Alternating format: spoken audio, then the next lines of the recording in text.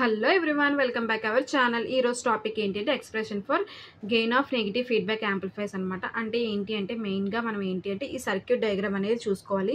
So ఇక్కడ మీ negative feedback అనే కాదు, ఈ ఫీడ్బ్యాక్ యాంప్లిఫైర్స్లో మెయిన్ ప్రతి టాపిక్లో కూడా ఇలాంటి డయాగ్రామ్సే ఉంటాయి. అది మాత్రం మీరు మర్చిపోవద్దు. సేమ్ సర్క్యూట్ డయాగ్రామ్సే, దీన్ని యూజ్ చేసే ప్రతిదీ చేస్తాము. ఇక్కడ సర్క్యూట్ డయాగ్రామ్ మర్చిపోయినట్టయితే దానికి ఉన్న రిలేటెడ్ మొత్తం మర్చిపోతారనమాట. సో దీనికి రిలేటెడ్గానే ప్రతి డయాగ్రామ్ కూడా ఉంటుంది. ఓకేనా?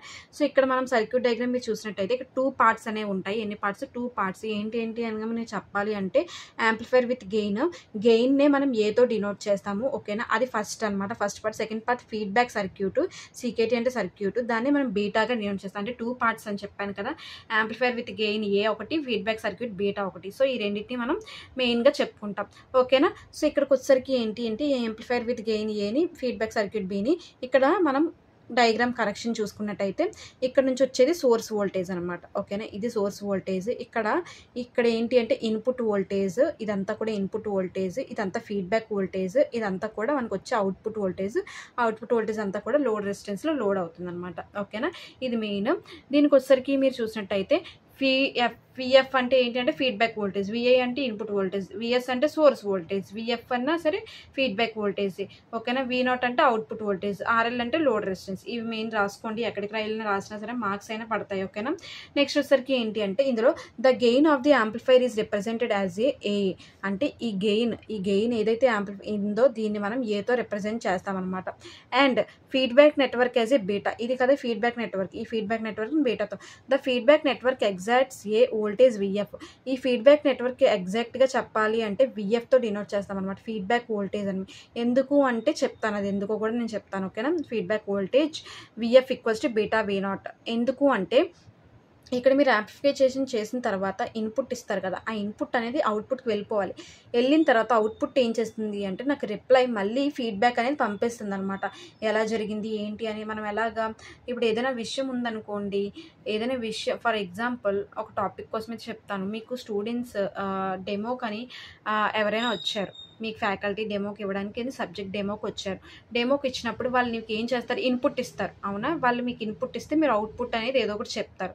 అవుట్పుట్ చెప్పినప్పుడు మీరు అవుట్పుట్లో ఏమని రాస్తారు? ఫీడ్బ్యాక్ రిప్లై రాస్తారు. బాగా చెప్పారా, బాగా చెప్పలేదా, ఫీడ్బ్యాక్ వాళ్ళకి మళ్ళీ ఫీడ్బ్యాక్ రాస్తారు కదా. అలాగే ఇక్కడ కూడా అనమాట, ఈ ఏదైతే అవుట్పుట్ వోల్టేజ్ వచ్చిందో ఆ ఫీడ్బ్యాక్ మళ్ళీ బ్యాక్ వెళ్ళి ఇక్కడ మనం కనుక్కుంటాం. అందుకే ఇక్కడ ఏం రాస్తాము అంటే ఫీడ్బ్యాక్ వోల్టేజ్ కదా, ఫీడ్బ్యాక్ వోల్టేజ్ ఈక్వల్స్ టు ఇక్కడ మనకి ఏంటి అంటే ఏదైతే ఇక్కడ ఫీడ్బ్యాక్ అంటే బీటా కదా, బీటా అలాగే అవుట్పుట్ వస్తుంది కదా, సో V0. సో అందుకే బీటా V0 అనేది రాసుకుంటాం. ఓకేనా? Next from the output V0 of the amplifier. Output అనేది ఏంటి? V0 కదా, V0 ఆఫ్ ది యాంప్లిఫైర్ అనమాట. ఇప్పుడు నాకు కావాల్సింది ఏంటి అంటే ఇన్పుట్ వోల్టేజ్ కావాలి. ఇదే కదా మనకి వచ్చే input voltage. So input voltage నేను కనుక్కోవాలి అంటే ఈ రెండింటి మధ్యలో ఫస్ట్ వాల్యూ అనేది కనుక్కోవాలి. Input voltage equals to VS minus VF, అంటే source voltage minus feedback voltage అనమాట. ఓకే? సో అందుకే రాశాను. ఇప్పుడు VA equals to VS. VF అంటే ఆల్రెడీ నాకు వాల్యూ ఎంత వచ్చింది? Beta V0. చెప్పాను కదా, అవుట్పుట్ నుంచి మనం ఫీడ్బ్యాక్ తెలుసుకుంటున్నాం.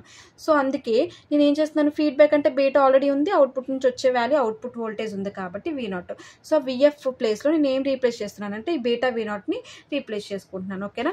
Next the quantity of beta is equals to VF by V0. అంటే ఈ బీటాని నేను ఎలా రాసుకోవచ్చు అంటే VF బై V0గా రాసుకోవచ్చు. Now in case of an amplifier the output V0 must be equal to the input voltage VS minus beta V0 multiplied by the gain A అనమాట.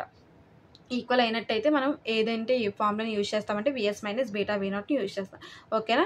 ఇప్పుడు మనకి ఫైండ్ అవుట్ చేయాల్సింది ఏంటి? Output voltage. Input voltage formula ఇచ్చేసారు కదా, ఇప్పుడు మనం find out చేయాల్సింది ఏంటి? అవుట్పుట్ వోల్టేజ్ ఫైండ్ అవుట్ చేయాలి. అవుట్పుట్ వోల్టేజ్ ఫైండ్ అవుట్ చేయాలంటే ఇదే ఫార్ములాలో కదా చేయాల్సింది. మనం ఈ ఫార్ములాలో చేయండి. ఆ V0 అంటే output equals to VS minus beta V0. అంతేనా? VA ఎందుకు రాశారంటే VA నాకు ఏంటి నాన్న, ఇక్కడ VA అనేది ఏంటి? యాంప్లిఫైయర్ కదా, సో ఏ గెయిన్ అనేది కదా యాంప్లిఫైర్ గెయిన్.